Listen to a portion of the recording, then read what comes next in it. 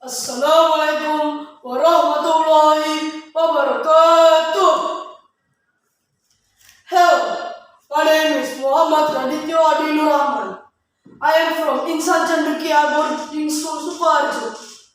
I am currently in the 7th grade and I'm here to tell you guys about the story about Muhammad al-Fatih. Muhammad al-Fatih was a sultan who ruled the Ottoman Empire since 2000 years ago. He was one of Sultan Murad's sons. When he was a child, Muhammad al-Fatih was just spoiled and a lazy learning kid. But Muhammad al-Fatih began to focus on studying after his father brought some teachers such as Syed Ahmad bin Ismail al-Qurani, Syed al-Samsuddin, and others. From them, Muhammad al-Fatih studied religion, language, skills, physical geography, astronomy, and history. Muhammad al-Fatih grew into someone who is an expert at war and good at writing. An expert in the field of science and mathematics, and a master of 6 different languages in the age of 21. Muhammad al-Fatih was just an intelligent young man who had the willpower to reach his goal, which is to conquer Constantinople. Like the words of Muhammad sallallahu alaihi wasallam in the hadith which read, Fi al-Waqt Sawatu Iftita Madinat Constantiniyat wa khayra al-qadathum ulaikal ladin qaddu fi dalikal waqti wa afdal quwwati hiya quwwatul harbi fi dalikal waqti, which means, indeed, the city of Constantinople will be opened. The best of leaders are those who lead at the time, and the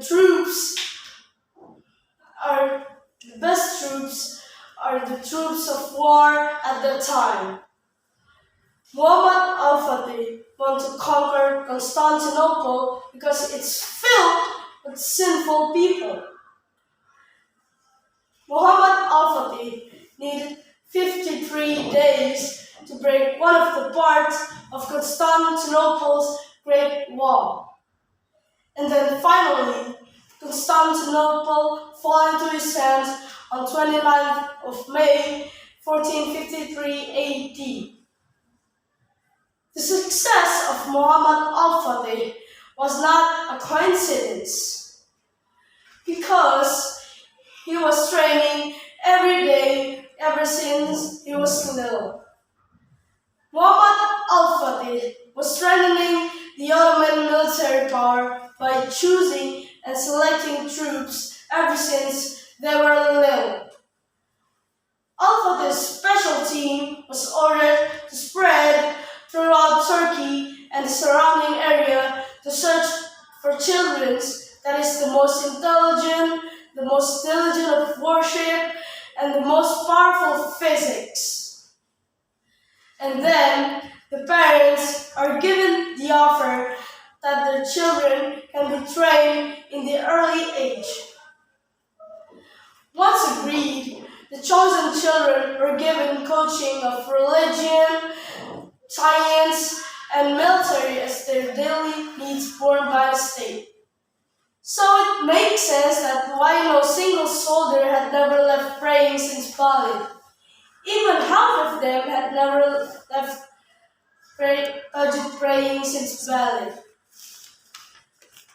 Muhammad al-Fatih was mentioned to never leave tahajjud praying and rawatib praying since Bali until his death. Narrated in the first prayer that will be held after conquest, Muhammad al-Fatih Al-Fatih once said, "Those who must be in praying, please be our prayer leader." Long waited, there was no one going forward. And steadily, Muhammad Al-Fatih owned the former priest in church in Constantinople.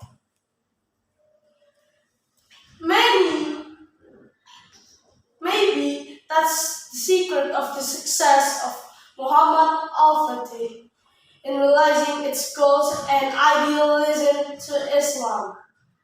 Not physical strength, but the closeness to Allah subhanahu wa ta'ala. The secret that He distributed to us are keeping the obligatory prayers, tahajjud prayers, and rawatib prayers.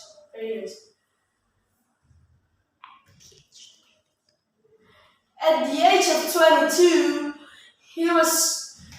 Muhammad Al-Fatih conquered the city which the Prophet promised 8 centuries earlier. Once captured, Constantinople was replaced with the name Istanbul, the city of Islam, and then Istanbul, changed by Mustafa Kemal Atatürk. Many comrades, even opponents, have admired the leadership of Muhammad Al-Fatih and strategies wars that preceded that era. He played a major role in the expansion of Islamic territory, selling lands, improving the economy, educational, and very concerned about the welfare of its people. In his leadership, the city of Islam was being very beautiful, being very advanced and economically successful. Muhammad Al-Fatih, a person with a tremendous energy, and now became a noble. So, what about us? What achievement do we get in our growing age? Do you think just because we're in the independent era, we can shell button trying to conquer our own country? That's all about Muhammad Al-Fatih.